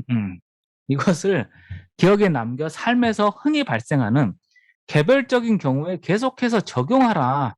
내가 너희들의 염려를 충분히 알 수 있으니 이렇게 우리의 표상은 그런 생활 규칙에서 광범위한 영향을 받고 그 규칙은 우리에게 명백하게 될 것이다. 생활 규칙에 대해서 알아보겠습니다. 네. 자, 예컨대 미움을 사랑이나 관용으로 정복하라. 이거 알고 있죠, 그죠? 우리가 공부했던 거죠, 그죠? 미움의 보복으로 갚아서는 안 된다는 것을 생활 규칙에 우리는 포함을 시켰어요. 이거 알죠? 우리가 이렇게 했었잖아요, 이렇게. 우리 앞에서 했었죠. 그러나 필요할 때면 언제나 이 이성의 명령을 가지려면 어떻게 해야 되느냐? 내가 언제나 미움으로 보복하지 않으려면 어떻게 해야 되느냐? 연습을 해야 된다는 거예요. 아시겠죠? 어떻게 연습하냐? 인간이 보통 가하는 불법을 생각해야 된다는 거예요. 아시겠죠? 어떤 인간이 가하는 불법을 생각하고 그 숙고하면서 그걸 내가 관용을 가지고 제거하는 과정을 늘 생각하라는 거예요. 이거. 사람이 이렇게 했을 때 나는 이렇게 해야지라고 하는 걸 자꾸 생각을 하라는 거예요. 왜냐하면 이렇게 해서 우리들은 불법의 표상을 생활 규칙의 표상과 결합하고 불법이 가해졌을 때 이 생활 규칙이 우리에게 연상에 따라서 명백하게 된다는 거예요. 이제 자동작용처럼 우리가 관용을 베푸는 자동작용을 만들라는 거예요. 왜냐하면 우리가 남이 나에게 행한 불법에 대해서 이성적 인식에 도달하는 데는 시간이 많이 걸려요. 그죠? 그러니까는 바로 관용을 베풀려면 연상작용이 되게끔 그 연습을 하라는 거예요. 불법에 대해서 바로 나는 관용을 해야지, 이런 식으로. 또한 만약 우리가 참다운 이익에 대해 그리고 상호 우정과 공동사회에서 생기는 선을 분명히 생각하게 된다면 공동사회의 선을 생각한다면 더 나아가 올바른 생활 방식이 생기는 영혼의 최고의 만족이 뭐냐면 이성적 인식이죠. 영혼의 최고의 만족은 이성적 인식입니다. 그리고 인간은 다른 것들처럼 자연의 필연성에 따라 행동함을 명백하게 생각하게 된다면 불법 혹은 불법에 생기는 미움은 표상의 최소분만을 차지하므로 쉽사리 정복되게 된다. 이렇게 되어 있습니다. 우리가 늘 이렇게 생각해야 한다는 거예요. 공동사회에서 생기는 이익이 더 강하다. 이렇게 늘 생각을 하고 있어야 된다는 거예요. 아시겠죠? 공동사회에서 생기는 이익이 훨씬 더 많다.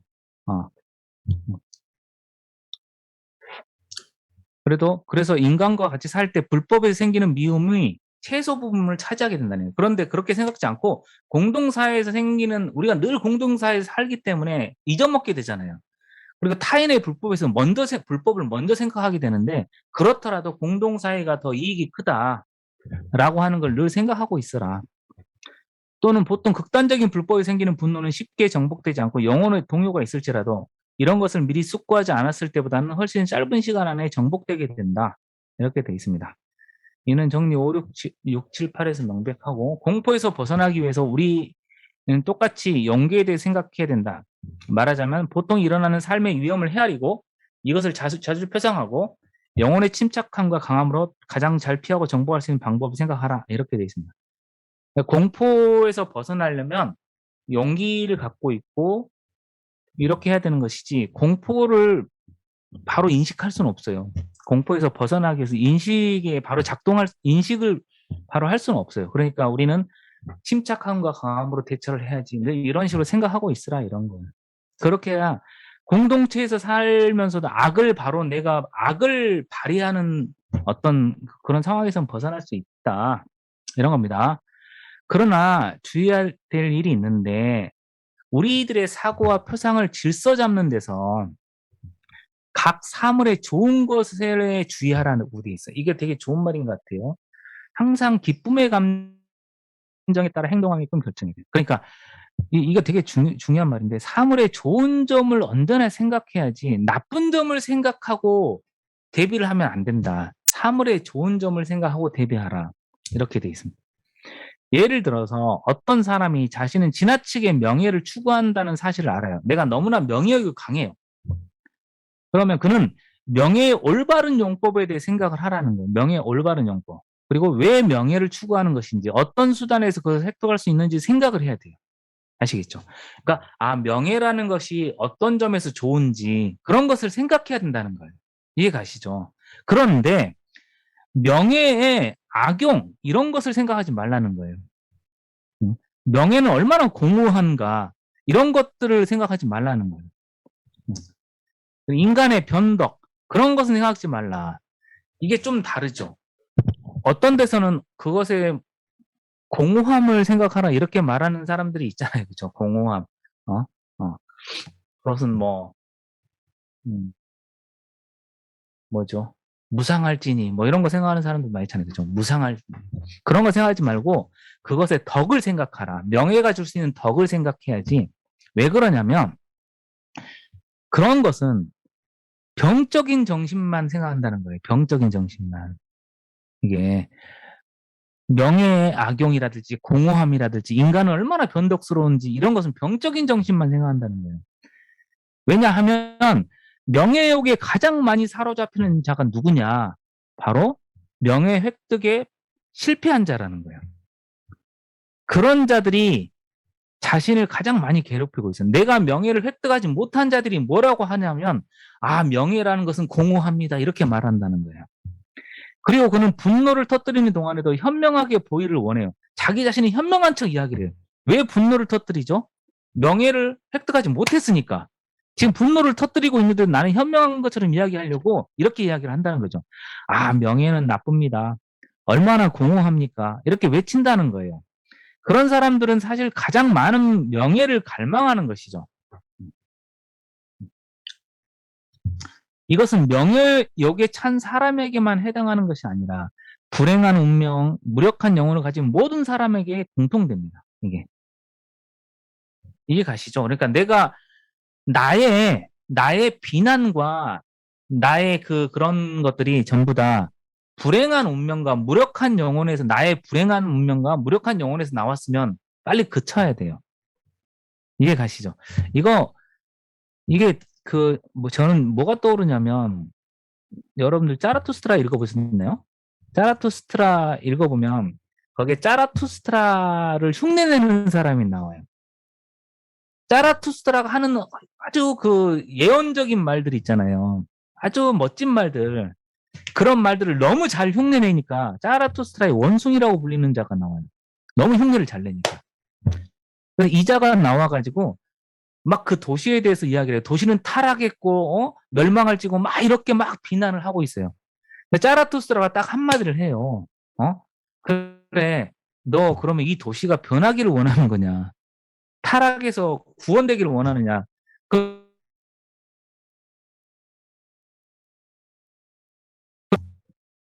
원숭이는 이 도시가 변하기를 원치 않는 거예요. 그러니까 그 비난과 저주의 말은 사랑에서 나와야 된다는 거예요. 짜라투스트가 하는 말이. 사랑에서 나오지 않는 모든 말은 하지 말라는 거예요. 그러니까 이 도시를 진정으로 사랑하는 자만 그 말을 할 수 있는 거예요. 사랑하지 않는다면 뭐라고 하냐면 짜라투스트라가 그냥 지나쳐가라고 해요. 이 도시를 비난하지 말고 그냥 지나쳐가라. 저는 이 구절이 생각나요. 이 부분에서. 그러니까 우리가 무언가를 막 비난하고 있다면 내가 정말 그걸 사랑하지 않는 한은 비난하지 말라는 거예요. 거기에는 왜냐하면 나의 저주와 내가 뭔가를 갖지 못했다는 저주 이런 것들이 있기 때문에.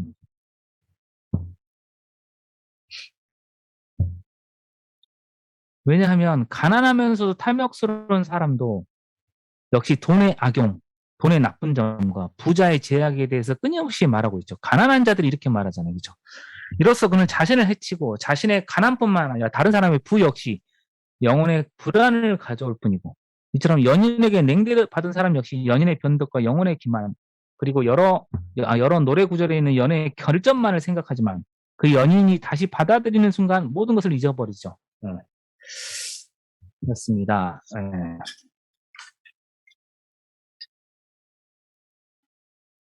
그러므로 자신의 감정과 충동을 오로지 자유에 대한 사랑으로 지배하고자 하는 사람은, 자유에 대한 사랑, 이 자유라는 말이 갑자기 나왔는데 이 자유가 뭐죠?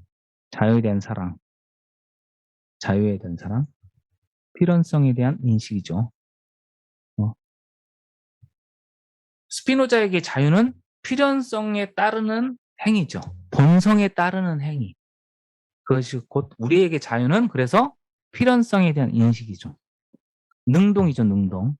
다른 말로 하면 능동인데. 자신의 감정을 자유에 대한 사랑으로 지배하고자 하는 사람은 가능한 한 덕과 함께 덕의 원인을 인식하고 덕의 참다운 인식이 생기는 환희로 영혼을 충만하게 하는 것이죠. 병적인 관점이 아니죠. 덕의 덕, 가능한 한 덕. 스피노자에게 덕은 뭐죠? 이성적인 것이죠. 이성적인 것이죠. 이 공통성을 갖는 것이죠. 내가 누리는 덕과 네가 누리는 덕이 일치하는 것이죠. 이 공통성 속에서 움직이는 것이죠. 덕의 원인을 인식하고 덕의 참다운 인식이 생기는 환희로 영혼을 충만하게 하는 것이죠. 그러나 인간의 결점을 고찰해서 인간을 적대시하고 거짓된 자유의 모습을 기뻐하는 짓은 결코 하지 않는다.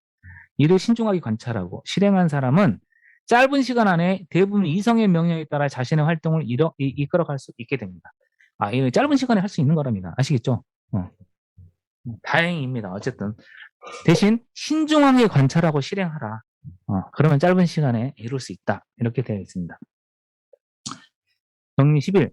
표상은 더 많은 것에 관계될수록 빈번하게 나타나고 당연하죠. 그죠? 표상이라고 하는 건 더 많은 것에 관계되어야 나타나겠죠. 정신은 그만큼 더 많이 차지하게 되겠죠. 그러니까 더 많은 것에 관계된다. 더 많은 것에 관계되도록 만드는 거. 이게 되게 중요한 겁니다. 더 많은 것에 관계되게 하는 거. 그렇죠? 이걸 다른 말로 하면 뭘까요? 더 많은 것이 공통성이죠. 공통성. 그죠? 저는 그렇게 생각합니다. 그러니까 물론 이것은 그 정념에도 해당되는 거예요. 그죠? 그 정념적인 것에 여러 가지 관계가 많을수록 막 나를 많이 지배할 거 아닙니까? 그죠? 하지만 그 정념을 다 없앨 수는 없고 그 정념들에서 모든 것의 공통성을 찾으면 공통성은 나하고도 관계하고 너하고도 관계하고 여럿이 다 관계하는 거잖아요. 그죠? 그러니까 더 많은 표상과 관계할 수가 있게 되는 거예요. 증명은 넘어가고요. 그 다음에 12. 사물의 표상은 그 어떤 표상보다 우리가 명석판명하게 인식하는 것에 관계하는 표상과 쉽게 결합한다. 명석판명하게 인식하는 것도 바로 공통관념이죠. 그죠? 우리가 명석판명하게 인식하는 것은 사물의 공통성에서 도출된 것이다. 다시 또 명확하게 규정돼 있죠. 명석판명하는 인식은 공통성에서 나온다. 그러니까 저는 다른 철학을 공부하지 않고 스피노자를 공부한다면 공통성을 찾는 것, 이 작업이 그러니까 스피노자가 다른 말도 했고 다른 관점에서 볼 수 있긴 하지만 우리가 너무 복잡하니까 스피노자 철학이나 니체의 철학에서라면 뭐 이런 게 있겠죠. 스피노자의 철학에서라면 우리가 뭔가를 하나를 획득해야 된다면 공통성의 확보, 그죠? 공통성을 탐색하는 것. 이것은 스피노자가 특별하게 강조하고 있는 것이다라고 간주하는 게 저는 괜찮다고 봅니다. 다른 철학자들은 이런 말을 안 하거든요. 제가 공부한 바로는. 네. 따라서 그것은 더 빈번하게 우리에게 환기되겠죠. 그러므로 다른 사람을 우리가 명석판명에 인식하는 것과 함께 고찰하는 것이 쉽게 이루어지고 다른 사물의 표상과 더 쉽게 결합합니다. 표상들을 잘 연결할 수 있으려면 공통성이라는 거죠. 공통성. 자, 지금 병리 13. 표상은 더 많은 다른 표상과 결합하면 할수록 더 빈번하게 우리에게 나타나겠죠. 그죠? 많은 표상과 결합하면 빈번하게 나타나고. 지금 정리 11. 정리 10은 뭐죠? 우리의 정신을 많이 차지하게 하기, 비율을 늘리게 하기. 그 다음에 정리 12. 다른 표상과 쉽게 결합하게 하기. 정리 13. 우리에게 자주 나타나게 하기. 빈도를 높이기. 비율을 많이 차지하게 하기. 그죠? 다른가, 좀 적어보면, 이건 뭐죠? 비율의 확장이죠. 그죠? 그죠? 정리 12는 뭐죠? 이건 결합의 용이성일까? 네. 결합을 더 용이하게 하는 것이고, 정리 13은 빈도죠, 빈도. 그러니까 우리에게 자주 나타나게 하고, 결합을 많이 하게 하고, 더 많은 부분을 차지하게 하는 것. 그것은 뭐죠? 공통관념이라는 거예요. 그죠? 그죠? 공통관념의 확보라는 거예요. 그러니까 이렇게 되면 빈도가 많고 비율이 많아진다는 건 뭐냐면, 수동적인 그 정념들이 지배하는 영역, 그것들이 더 많이 나타나는 것을 줄일 수 있는 거죠. 그 다음에 정리 14. 정신은 신체의 모든 변형 또는 사물의 표상을 신관념에 연관되게 할 수 있다. 여기서 이제 신관념이 나왔습니다. 신의 관념에 연관되게 할 수 있다. 여기서 논의가 약간 전환되고 있습니다. 지금 이제 쭉 신을 이야기하게 됩니다. 이제 드디어 정신이 어떤 명석판명한 개념을 형성할 수 없는 신체 변형은 없다라고 정리 4에서 다뤘습니다. 우리가 그죠? 모든 변형에 대해서 우리는 이종인식을 형성할 수 있다고 했죠. 그죠? 그러므로 정신은 모든 신체의 변형을 신관념에 연관되게 할 수 있어요. 이게 되게 중요합니다. 모든 신체의 변형에 대해서 뭘 형성할 수 있죠? 명석판명한 관념을 형성할 수 있죠. 명석판명한 관념은 뭐죠? 명석판명한 관념이 뭐죠? 신의 관념인가요? 그건 아니죠. 그건 아니죠. 명석판명한 관념이 뭐죠? 공통관념인데, 그죠, 그죠. 공통관념은 뭐죠? 공통관념은 이게 뭐죠? 이게 공통관념은 기본적으로 공통성이죠. 공통성을 바탕으로 한 거죠. 그죠? 이 공통성이 뭐죠?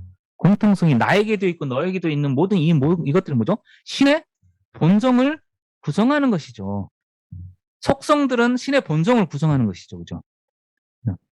자, 보세요. 여기서 지금 논의가 급전직하하고 있는 거예요. 약간 논의가 갑자기 변하고 있는 건데, 자, 보세요.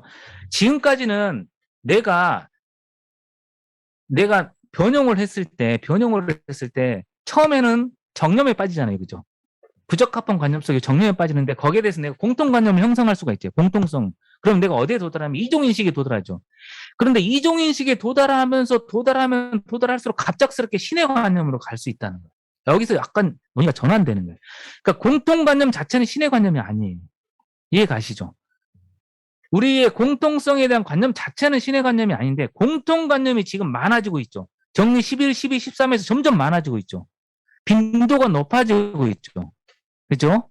다른 관념과 결합하는 게 더 쉬워지고 있죠. 자꾸 그럴수록 우리는 어떻게 되냐면 어느 순간 신관념으로 전환하게 된다는 거예요. 이거 이해 가십니까? 그러니까 우리가 이런 경우 있잖아요. 우리가 나이를 좀 먹어가면서 관념들이 좀 많이 연결되지 않습니까?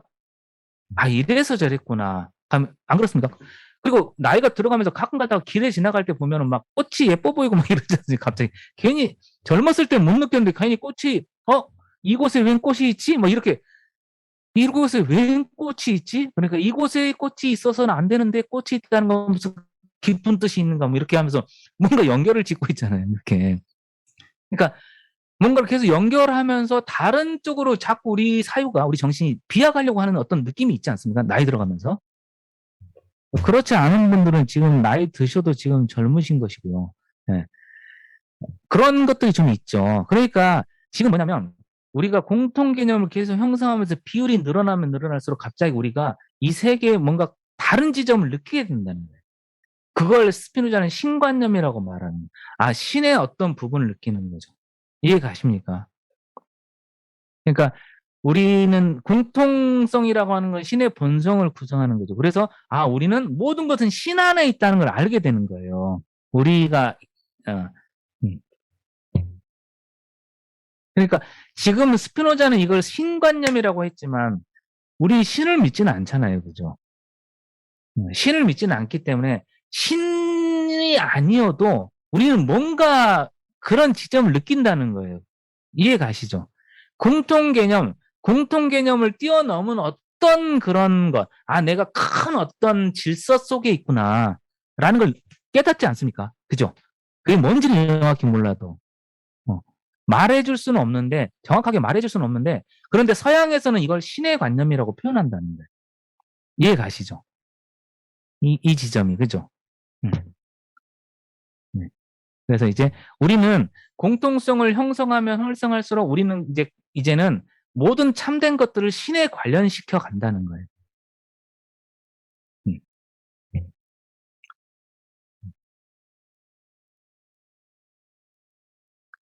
그러니까 여기서 여러 가지 이야기를 할 수 있습니다. 지금 그러니까 지금 뭐죠? 뭐죠? 공통관념이고 이성적이고 이종인식은 이종인식이잖아요. 그죠? 이종인식 자체는 신관념이니까 삼종인식은 아니에요. 이종인식 자체는 신 아니란 말이에요. 이해 가시죠? 그런데 이종인식이 확장되면 될수록 이건 어떤 원인에 대한 파악이잖아요. 필연성에 대한 파악이잖아요. 이종인식이라는 것 자체가 필연성을 파악하고 원인을 파악하고 원인을 바탕으로 인식하려고 하는 거잖아요. 그죠? 어, 이런 모든 것이고 능동이고 능동적 관념이고 이 모든 것들 기쁨의 관념이잖아요. 기쁨의 관념들이고 왜냐하면 우리 인식 능력이 증가하는 계속 이런 과정들이니까 기쁨이 증가하고 인식 능력이 증가하고 자꾸 필연성을 파악하면서도 원인들이 자꾸 공통성으로 연결되고 이 모든 과정들이 자꾸 일어나면 아 전체를 아우르는 뭐 어떤 관념이 생기는 거죠. 그게 신관념이에요. 아, 신 없이 우리는 존재하지 못하는구나. 모든 건 신 안에 있구나. 동양에서라면 모든 것이 자연이구나. 이렇게 된다는 거예요. 음. 여기까지 이해 가셨을까요? 그죠? 네. 지금 신관념으로 갑자기 도약을 하고 있는 거예요. 스피노자가 여기서 자세히 설명을 하고 있지는 않는데 저는 이렇게 해야 이해가 된다고 봅니다. 왜 갑자기 신관념으로 바로 연결될 수가 있을까? 공통관념 한두 개 형성했다고 신관념으로 연결될까? 전 그렇게 생각이 잘 안 들어요. 그런데 앞에 부분에서 빈도나 이런 걸 계속 이야기를 하고 있었잖아요. 그죠? 비율, 네. 정리 15까지만 하도록 하겠습니다. 자기 자신과 자신의 감정을 명석판명하게 인식하는 사람은 신을 사랑하게 되고 자신과 자신의 감정을 더 많이 인식할수록 신을 사랑한다. 신에 대한 사랑이 지금 나옵니다. 이제 신에 대한 사랑. 정리 15. 자 보세요. 자신의 감정을 명석판명하게 인식하면 기쁨을 느끼죠. 왜 기쁨을 느끼죠? 왜 명석판명하면 기쁨을 느끼죠? 인식의 능력이 증가하니까요. 그렇죠. 능력의 증가를 기쁨이라 했잖아요. 그죠? 기쁨을 느끼죠. 기쁨이 뭐죠? 신의 관념을 동반하죠. 이 기쁨이 신의 관념을 동반했는데 왜 신의 관념을 동반하죠? 이건 정리 14 때문이죠. 이해 가시죠? 기쁨이 증가하면 증가할수록 신관념을 동반하고 사랑의 정의가 뭐 있죠?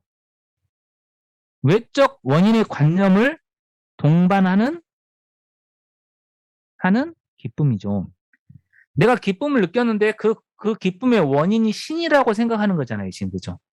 그래서 우리가 명석판명하게 인식하는 이것을 신에 대한 사랑이라고 합니다. 이제 신에 대한 사랑은 인식 속에 있는 거예요. 여기 잘 보면 아시겠죠? 사랑은 감정이지만 스피노자한테는 그 감정은 인식에서 비롯되는 거예요. 인식. 그러니까 신에 대한 사랑은 내가 막 엄청나게 하룻밤 사이에 만들 수 있는 게 아니에요. 신을 막 생각하고 해서 만드는 게 아니라 인식이 쌓여가는 과정 속에서 만들어지는 것이에요. 그것을 스피노자는 신에 대한 사랑이라고 합니다. 우리는 지금 이제 스피노자가 신에 대한 사랑을 새롭게 규정하고 있으면 알 수 있습니다. 자, 딱 여기까지 해서 30분을 채웠습니다. 자, 질문이 있으면 질문을 받고 없으면 끝내도록 하겠습니다. 선생님, 신관념이 치료시면 그러면 네. 네, 네네. 신관념이 지금 쌓여가는 과정이니까 네. 그런데 그 양태인 개인들은 그 양태로서 다른 조건에 다 있지 않습니까? 그렇죠, 그렇죠. 네. 그러니까 이 신관념은 모두에게 똑같은 방식으로는 쌓여지지도 갖게 되지도 않는 건지가 궁금하고, 그다음 제가 즉각적으로 이게 과학 법칙이랑은 다른가? 네? 무슨 법칙? 과학 법칙, 뭐 과학? 네, 과학 법칙이 뭐예요? 뭐 중력도 있고 뭐 과학의 법칙. 네. 그런 네네. 그런 것인가라는 생각도 드는데, 어떤 거요? 양태에서 그러니까 과학 법칙일 수도 있나 이런 생각도 들면서. 어떤 게요?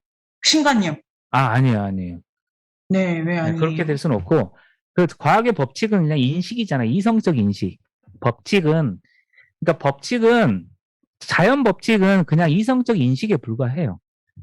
그러니까 그건 무슨 뜻이냐면은 예를 들어서 E는 mc제곱이 있다. E는 mc제곱. 그러면 E는 mc제곱은 우리의 그 뭐죠? M과 C의 관계잖아요. 그죠? M과 C의 관계를 표현한 거잖아요. 그죠? M과 C가 우리의 개념이에요. 그냥 우리의 개념. MC는 자연에 원래 있는 건 아니에요. 우리가 만든 개념이에요. 그런데 예를 들어서 바퀴벌레는 그렇게 못 느껴요. MC 제곱으로 못 느끼는 거고, 예를 들어서 식물은 그렇게 못 느끼는 거고, 우리의 개념이고 그냥 우리의 이성적 법칙이에요. 이성적 인식에 불과합니다. 그러니까 이때 C는 그러니까 그런 법칙, 이성적 인식이 많이 쌓이면 쌓일수록 기쁨이 증가하는데 거기에 따른 어떤 그 이 세계 전체를 운영하는 어떤 원리 있잖아요. 그러니까 그러니까 신이라고 하는 개념은 단순히 그냥 한두 개의 필연성 이런 건 될 수가 없어요. 그게 아니고, 그러니까 이게 지금 제3종 인식이라고 말하고 있는 거고, 3종 인식을 가장 마지막에 이야기하고, 제일 마지막에는 이건 획득하기 어려운 거라고 말하고 있는 건 뭐냐면, 아주 오랜 시간과 과정이 걸리기 때문이에요. 그러니까 수련의 과정이 필요한 건데, 네. 그래서 그 처음에 했던 질문하고 연결시키면, 그 사랑의 강도의 차이가 있을 거라고 봐요. 이 사랑의 강도, 다른 사람들별로. 그런데 만약에 그게 공통성에 대한 인식이면 공통성에 대한 인식 자체는 동일할 수가 있죠. 왜냐하면 공통성을 인식한 거니까. 이게 공통성의 차원을 인식한 거니까. 그런데 공통성의 차원에서도 어떤 사람의 공통성이 10이라면 다른 사람의 공통성은 30 정도까지 파악이 있을 수는 있잖아요. 그죠? 그것은 인식의 차원으로 차이가 나타나고 사랑의 강도의 차이가 나타나지 않을까요? 그러니까 어떤 사람은 아주 깊은 사랑을 할 텐데 신에 대한 사랑을 그건 이 삶의 어떤 원리나 큰 질서 있잖아요. 그죠? 그 질서나 어떤 그런 깊이 깨달은 사람 아닐까요? 우리의 수준에서는 도달하기 어려운 아니 대답이 됐을지 모르겠습니다. 또 질문을 또 해보십시오. 네네. 그 질문 대답을 받아서 질문을 다시 해보십시오. 그런데 이게 지금 많은 수련이 필요하다. 이게 네네. 저는 감동적이기도 하고 안심하게 되는 부분이기도 하고, 그런데 수련이 그 양태마다 다 다른 과정을 거치게 된다는 게 그죠. 그 부분에 대해서 이제 생각을 해보고 싶은데요. 질문이 떠오르다기보다는 그러니까 다 다르게 신관념이 그 공통관념의 다음 단계이기 때문에 더 공통적인 뭔가를 떠올리게 되는 것도 있지만 양태 차원에서 그 삼종인식에 도달하는 거는 길이 다 너무 다르다라는 점에서 그 네. 아까 선생님이 표현해 주신 게 사랑의 강도가 네. 수련의 질적 차이 이런 건가요? 아니, 그러니까, 뭐, 스피노자가 뭐라고 말은 안 했으니까 저도 모르겠는데, 그냥 질문에 따라서 추측을 해본다면, 그럴 것 같아요. 강도의 차이가 있지 않을까. 완전성의 증가의 폭에 따라 사랑의 강도가 다르겠죠. 네. 그래서 그렇게 생각이 듭니다. 네. 하여튼 근데 정리 14는 제가 보기에는 굉장한 어떤 비약이란 느낌이 들어요. 아무리 생각해도 이게 너무 뜬금없이 톡 튀어나와가지고. 네. 근데 이걸 제가 보기에 비약으로 읽어내는 게 올바른 독법이 아닐까 싶습니다. 그러니까 여기서 어떤 큰 비약이 있구나. 그러니까 우리 삶에도 2종에서 3종으로 넘어가는 거기에는 어떤 비약이 있을 것 같아요. 순차적이지 않을 것 같다는 느낌. 그러니까 이종적 인식을 막 획득하는데 어느 순간 갑자기 우리가 이 계단을 뛰어넘는 어떤 우리 그 도약이 있잖아요. 그죠? 우리 삶의 순간에. 그런 것 같아요. 삼종 인식. 갑작스럽게 직관적으로 세상이 보이고, 그런 지점이 아마 있을 것 같아요. 그러니까 이거를 직관지라고 하는 거예요. 네, 그렇죠. 이제 삼종 인식, 그 단계를 스피노자가 직관이라고 하잖아요. 그러니까, 그리고 더 이상 설명을 안 차나요. 스피노자 설명을 잘 안 해요. 네. 그러니까 제가 보기에 네, 그 들레즈도 그런 말을 하지만 에티카 전체는 이종인식의 관점에서 쓰인 거예요. 그러니까 이종인식을 잘 설명하고 있는 거예요. 삼종인식은 설명할 수가 없어요. 왜냐하면 이게 어떤 비약이고 어떤 총체적인 어떤 인식 같은 거라 굳이 뭐 설명하기 좀 어려울 것 같아요. 그런데 느낌은 오시죠. 느낌은 좀 오시죠. 네.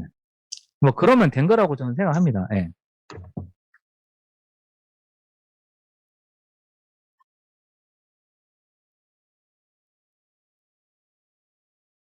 그 한 가지 좀 여쭤보고 싶은 게 공통성의 발견에서요. 네.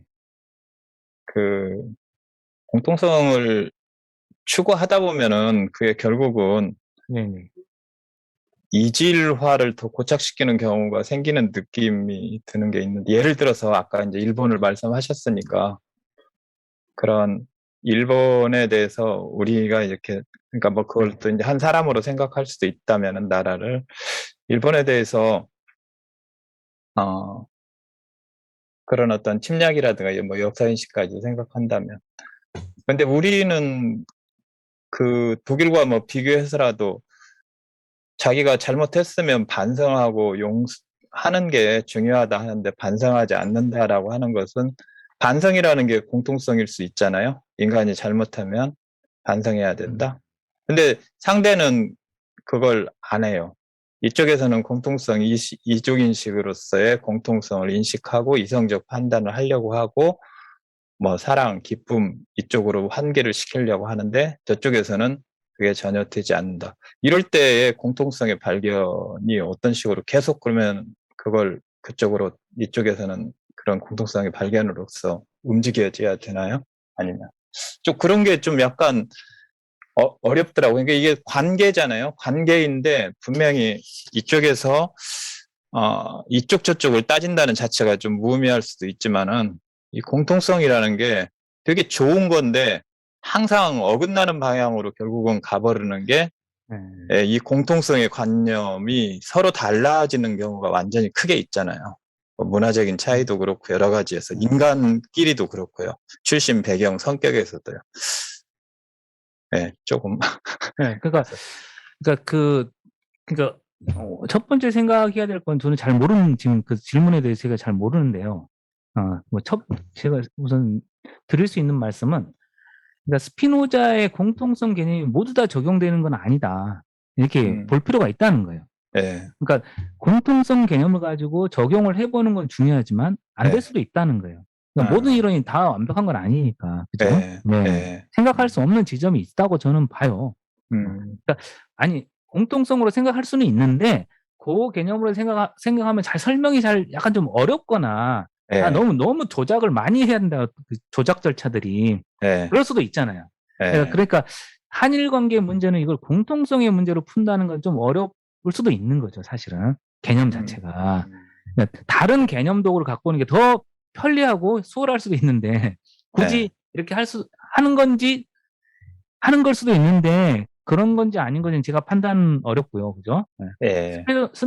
스피노자한테 직접 물어봐야 되겠는데 그건 안 해주실 아니, 테니까. 그건 그죠? 당연히 모든 게 거기에 이렇게 적용된다는 것은 아니라는 건 알 수 있고요. 그래서, 좀 어려운 게, 그래서 이게 되게 보면서 이제 물론 오늘 설명 같은 거라든가 스피노자를 공부하면서 조금씩 뭔가 게시되는 것들이 이제 좀 알게 되는 것들이 있다라는 생각이 들면서도 그게 실질적인 이제 우리 현실적인 어떤 삶에서 되게 적용이 되는 부분도 있고 안 되는 부분도 있을 때 안 되는 부분이 생길 경우에는 내가 이걸 잘못 알고 있나라고 생각해 버릴 수가 있거든요. 그래서 제가 스피노자를 제대로 공부하지 않았나, 끝까지 어떻게든지 적용을 해나가야 되는데 이런 것도 그렇죠. 되게 이제 공부의 맹점일 수도 있는 것 같아요. 자기가 아는 게 뭐 다 해결들 해줄 것처럼 생각하는 거.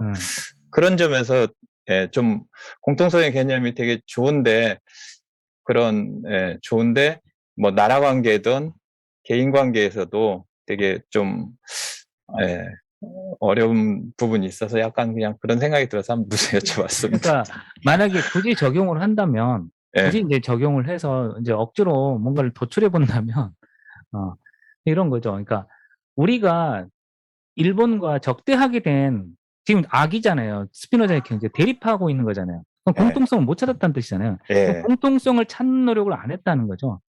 그러면 시민들의 교류가 더 활발해지고 서로를 서로 막 알아갔다면 공통성을 어느 정도 형성했을 테고, 그죠? 서로를 오해하거나 서로가 같이 있으면 이익이 된다는 걸 서로 알았을 테고. 그러니까 공통성을 형성할 수 있는 노력이 거의 없었고 단절되어 있었고, 일본과 조선 사이에 단절이 너무 심했고, 그다음에 조선의 무슨 세국 정책이 엄청 심했고 우선, 그죠? 그 당시에 세계를 알려고 하는 노력이 아예 없었던, 공통성 자체를 형성하지 않았던 거잖아요. 가끔 뭐 누구죠? 선교사 맞나? 그죠? 아니면 뭐 천주교나 이런 그 영향을 받은 사람들이 이렇게 조금씩 외국 문물 들여오고 막 이런, 우리 고등학교 때 공부했던 역사가 떠오르는 거예요. 약간 좀 잘 모르니까 역사를. 네. 하여튼 그런 식으로 밖에는 공통성을 확보하기 위한 노력을 거의 안 했다는 거고, 그러니까 국가가 해야 될 일은 다른 국가와의 공통성을 확보하기 위한 여러 가지 지원들이 있어야 된다는 거예요. 개인적으로 제가 봐도. 네? 그게 뭐 국가에서 장학금을 줘서 대학생을 보내거나 이런 것도 그런 노력, 스피노자 개념으로 보면 공통성을 확보하기 위한 노력이죠. 다른 말로 하면 외국의 선진 지식과 문물을 받아들이는 노력이지만, 그런데 거기 갔다 오고 나면 거기에 공통성이 형성되잖아요. 그죠? 우리는 미국의 유학파들이 너무 많아서 미국과 너무 공통성을 형성하고 있고, 그렇잖아요. 이게. 중국의 유학은 별로 안 가니까 친중파는 없고, 뭐, 친미파만 잔뜩 있잖아요. 그런 것처럼 그런 공통성 형성의 노력이 너무 없었다. 그리고 일본과의 문제에 있어서 저는 개인적으로는 일본에 대해서 반성을 하고, 저는 우리의 입장에서 절대 말해서는 안 된다고 생각해요. 그건 일본 시민의 문제라고 봐요, 저는. 그리고 거기에 대해서 반성을 요구할 수 있는 사람은 우리나라에서는 피해자만 가능하다고 봅니다. 우리는 어떤 걸 반성해야 되냐? 우리 피해자들이 만들어진 우리 상황을 우리가 반성해야 된다고 저는 생각을 해요. 왜 우리는 우리 여성들을, 그 당시에 소녀였으면, 소녀들을 우리는 왜 지키지 못했는가? 우리는 우리를 왜 반성하지 않는가? 이렇게 해야 된다고 보고, 일본에 대해서 그 지점에 대해서는 반성하라고 말은 못하는 거죠. 너희 제국주의자들.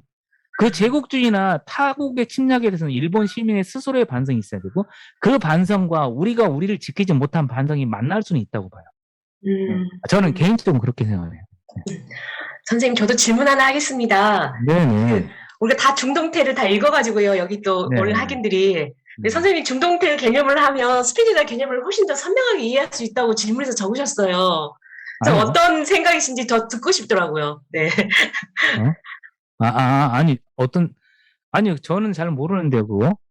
아니, 질문에도 그렇게 적으셨길래, 이게 중동태 개념하고 그 외적 원인의 힘과 내재적인 영향을 어떻게 잘 설명했나 보다. 이렇게 듣고 싶다. 네네. 그게 그 국부분 선생님이 책에 해주신 거잖아요. 네네네네. 그건 책에 다 돼 있었던 건데. 그걸 책에 잘 써주셔서. 네. 그러면 그 중동태 개념 안에는 이 공통성을 형성할 만한 그런 요인이 전혀 없는 겁니까? 아니, 중동태. 아니, 그게 아니고, 네. 그러니까 그 첫 번째 질문은 이런 거잖아요. 내가 외적 원인의 작용을 받잖아요. 그죠? 네네. 네. 외적 원인의 작용을 받아서 그냥 내가 그 외적 원인의 작용대로 내가 욕망을 펼치면 수동적이잖아요. 그죠? 네네. 그것은 수동적인 정념인데 그때 내가 나를 표현할 때 내가 좀 더 많은 이해를 가지고 표현할 수가 있다는 거예요. 외적 작용을 받아서 내가 표현하면 이게 뭐죠? 완전히 수동이잖아요. 수동태죠. 난 그렇게 당했었잖아요. 그런데 스피노자 개념은 이런 거잖아요. 내가 당했지만 표현할 때도 내가 나를 표현한다는 거잖아요. 그죠? 나의 무엇을. 그게 코나투스잖아요. 나의 본질을 표현한다. 그러니까 당했지만 나를 표현한다. 이게 중동태잖아요. 내가 활동을 내가 나를 행위를 뭐죠? 행위의 표현 장소가 나잖아요. 그죠? 그게 중동태잖아요. 그죠? 외적 원인의 힘에 의해서 내가 나를 표현하지만 그 표현할 때만은 내가 나를 표현하고 있다. 이게 이제 스피노자 개념이잖아요. 그죠? 그러니까 중동태로 보면 잘 된다. 능동과 수동으로가 아니라 중동태로 보면 당하고 있지만 그것은 나의 표현이다. 이렇게 말하고 있는 거. 그 다음에 푸코의 권력론 이야기하면서 내가 당하고 있지만 내가 행위하고 있을 때는 권력이고 내가 행위할 수 있는 그 가능성까지 뺏길 때가 폭력이고 뭐 이런 거잖아요. 그죠? 그러니까 중동태로 보면 설명이 쉽다. 이렇게 이제 고쿠분 선생님이 설명하신 거고. 그런데 이제 나를 표현할 때 저는 개인적으로는 그때 우리가 능동에 도달할 수 있는 방법은 공통성이다. 관건은 나를 표현하려고 할 때 공통성을 찾지 않으면 안 되는데 고쿠분 선생님한테는 공통성의 논의가 좀 빠져 있지 않냐. 그 중동태 개념에서 그 설명을 좀 듣고 싶다. 이런 거예요. 네. 더 자세한 이야기는 고쿠분 선생님께 하시면 될 것 같은데요. 프로 선생님.